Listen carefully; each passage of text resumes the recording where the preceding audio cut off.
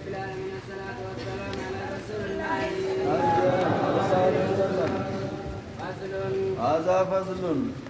لمن تجب الصلاة عليه نما صلاني سرد كما قرما خيس كايا ماذا تجب الصلاة صلاني در كما قرمتي على كل مسلم على كل شخص متصف بالإسلام وفقرت شخص إسلام نادا وصفا مرتو ألا سكا قبطو مسلمين كن إيرا راليتي ذكرين وجانين أيه بالغ بالغ خنته صفة بعد صفة آكل أما المرادا خنتين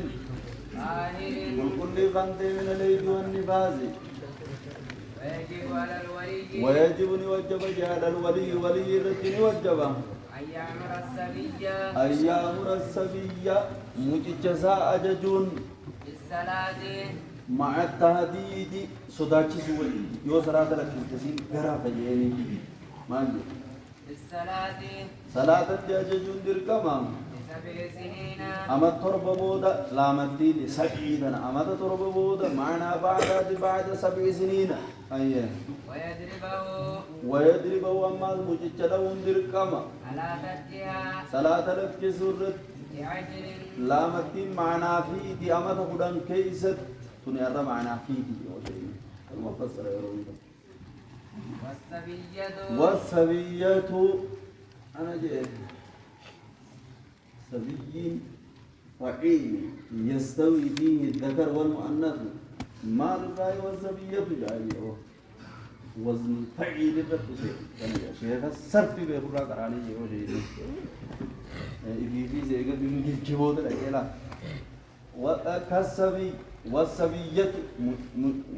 مكيون تلا داري تسادي بيتا فانا كنومان جاي يا أمر السبية وجنة سبي وزني فعيل الرجل وني وزني فعيل الرجل